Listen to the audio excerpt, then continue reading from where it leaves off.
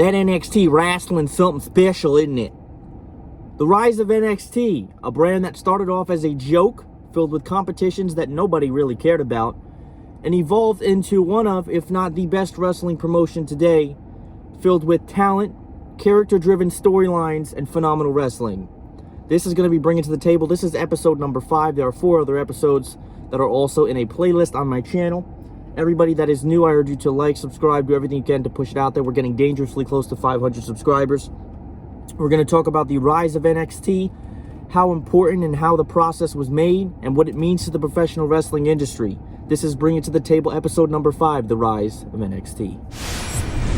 So when you think about NXT, I feel like everybody thinks of a specific superstar. That superstar that you think of may be different from the one that I think of. NXT started off as pretty much a laughingstock. I think when it started in 2010, I think the idea and the vision behind NXT was great, but the way that they executed it and the awful NXT that it was really unbearable. Now, I was a lot younger. This was about 10 years ago, so obviously my brain and just the way that I worked as a professional wrestling fan was not to the level of intelligence that I have now.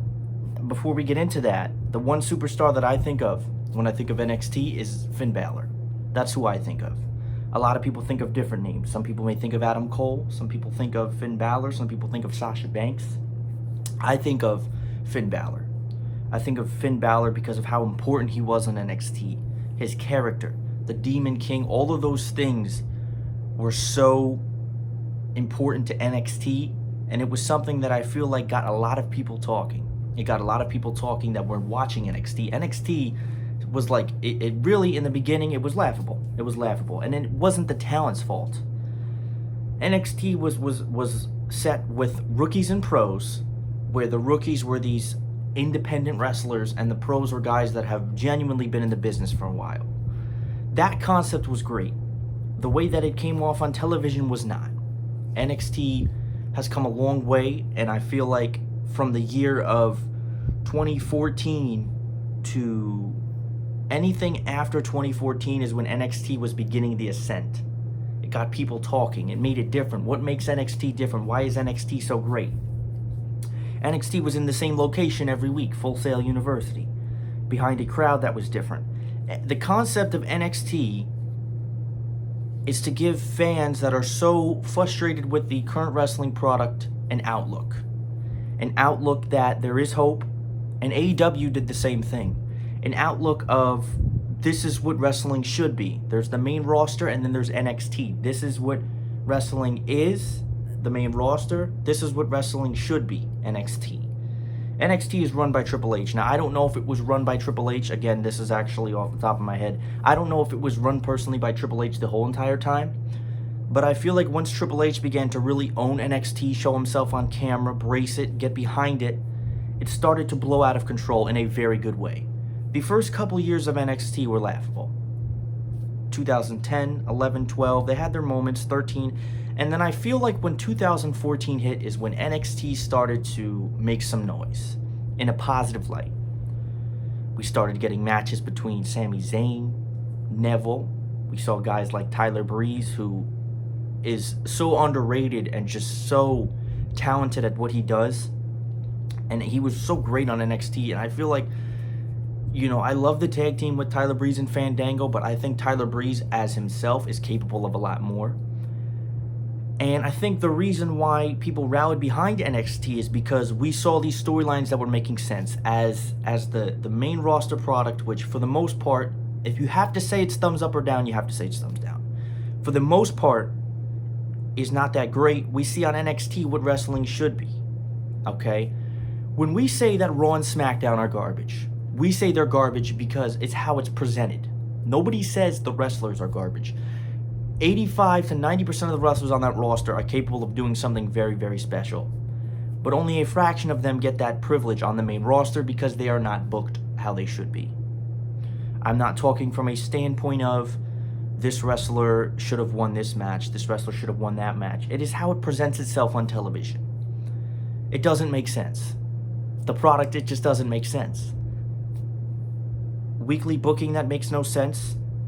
people losing constant matches and then getting thrusted into a championship match. I don't hate Bobby Lashley. I don't. But I don't understand why there's a legitimate chance he could win the title this weekend.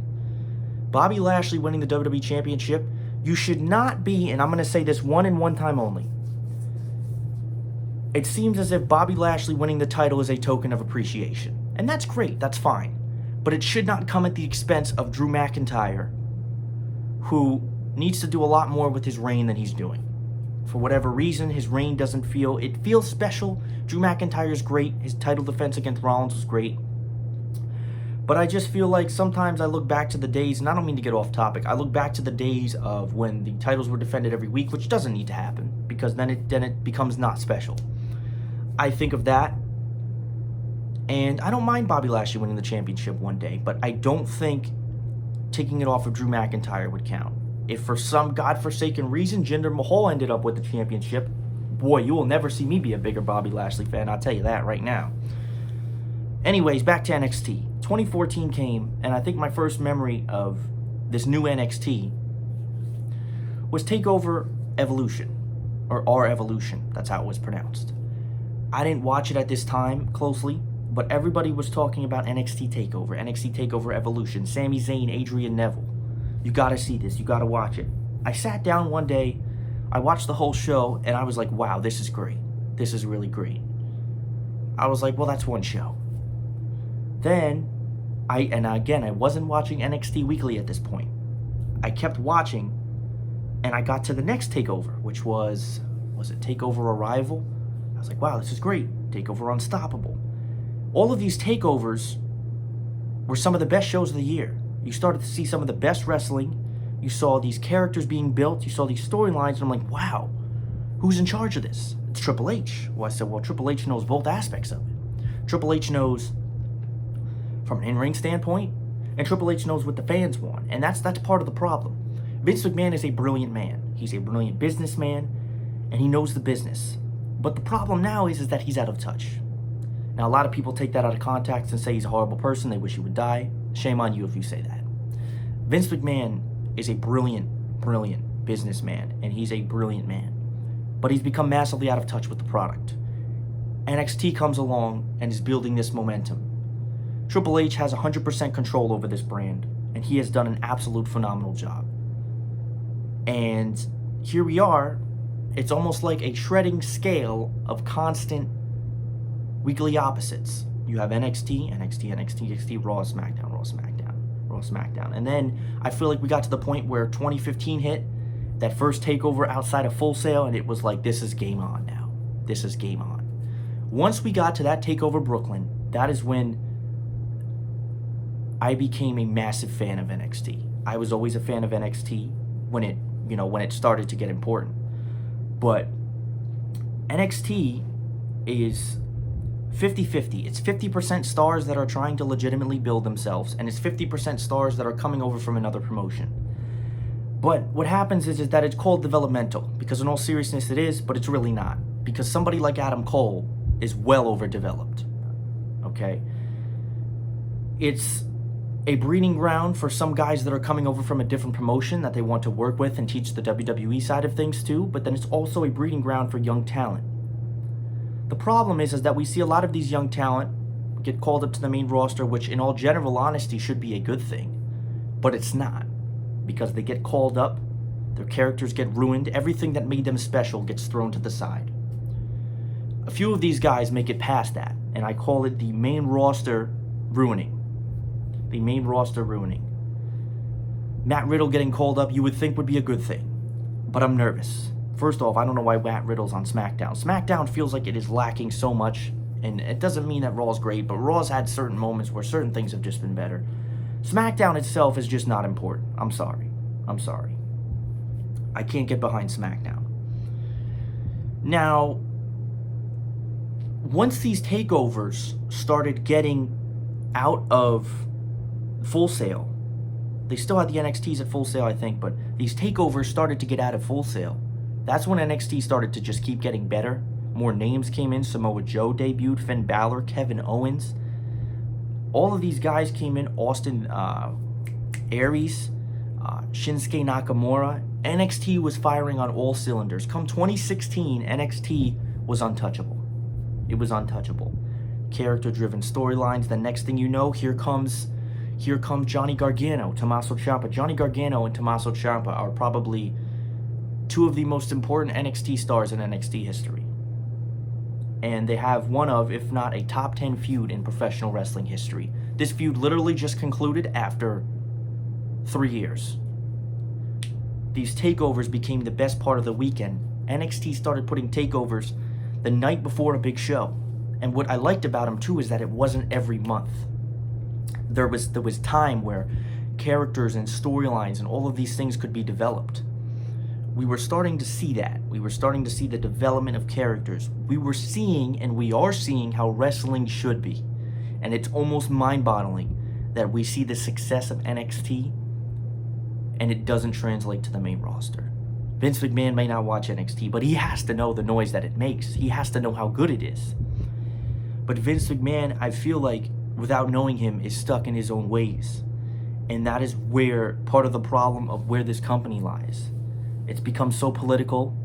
The freedom that was once there is not anymore. And that is where part of the problem is with WWE. It's political, it's business driven, and I get it's a business. I understand that. But you're going to make your money regardless. So for them to sacrifice what is special about wrestling, they are the biggest wrestling company in the world. You can say what you want. There's nobody that even comes close to WWE. But for some reason, they can't get it right. And what makes it worse is that they can't get it right because there's somebody on a smaller brand who's doing exactly what needs to happen. So yeah, the future's bright, but the main roster really isn't. These takeovers started happening. They were happening, I would say, probably before the Royal Rumble, before WrestleMania, before SummerSlam, before Survivor Series, and then you'd get maybe two others push somewhere in the year. And they were absolutely phenomenal. They were great. To this day, you could say what you want about TakeOver in your house. There's mixed opinions about it. But even if you took that out of the equation, I have not seen a bad NXT TakeOver. I've seen some NXT TakeOvers that are decent, but I can't sit here and say I've seen an NXT TakeOver. I'm like, wow, that's terrible. Wow, that's terrible. Takeovers, to me, are the best part of wrestling. It was literally... It couldn't come at more of a perfect time. And then AEW happens last October. That'll be a whole nother video. We're talking about all elite wrestling. NXT is the future, but I fear for those wrestlers once they get called up. Because you would think the main roster could execute what NXT does, or just 50% of what NXT does, this company would be in a much better place. We wouldn't have wrestlers leaving the promotion. Again, there's always going to be people that are unhappy. We wouldn't hear these stories about Vince McMahon doing this, Vince McMahon doing that, Vince McMahon shutting this down. A lot of people look at us content creators and think we don't know anything. And some of you, and this is not a shot at any of them, some of you are really bad at what you do. I'm just kidding, that's terrible. I would never say that. No, some of you really are kind of bad. But you all have a voice. Whether it makes no sense or it doesn't, you have a voice. And it's your responsibility to put that out there. It's not anybody else's. That's what I did. I put a damn phone up and I said I'm going to do this. And you know what? I'm not saying I'm better than anybody else, but I'm damn good at what I do. And I know that I'm good at what I do. Now, despite all that, all of these takeovers were just constantly building and building and building. 2017, 2018, we started getting yearly NXT takeovers and you know, SummerSlam and Brooklyn, the Barclays Center and SummerSlam had a 4-year deal. And let me tell you something. You best believe, me being from New Jersey, I was at some of those shows. I went to TakeOver Brooklyn 2. It was Velveteen versus EC3, Adam Cole, Ricochet, and then Gargano Ciampa in a last man standing match. That was an awesome show. The Adam Cole Ricochet match was just beautiful. Again, Ricochet, another example. He's in a tag team now. Yeah, the idea of Ricochet and Cedric Alexander in a tag team is great, but they haven't done anything. They don't build tag teams. Women's wrestling is not what it should be outside of a few favorites. And it's just, there's so much potential because WWE literally has maybe the best roster in the world. And it's just so difficult to watch.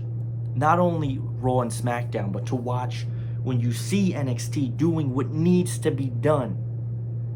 And it's like we're here screaming for help because it's like, how do you not see this? How can you not see what's being done? And I get NXT's once a week. I get it's a smaller roster. There's not as much to deal with.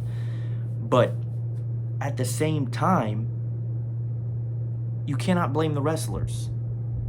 NXT has it. It's just it. Now you can say, you know, NXT's been off track recently. Maybe it hasn't felt as special. Okay. But it hasn't been terrible. It needs to get back on track, but that's the difference. It needs to get back on track, but it's not impossible to sit through. Takeover in Your House had moments on the show. Was it a good show? I think it was a good show. Was it a great show? It depends what your standards are. Are you talking of NXT Takeover standards, or are you talking about wrestling standards? From a WWE show, it was a good show. From a Takeover standards, maybe it was one of the lesser exciting shows. The main event was great.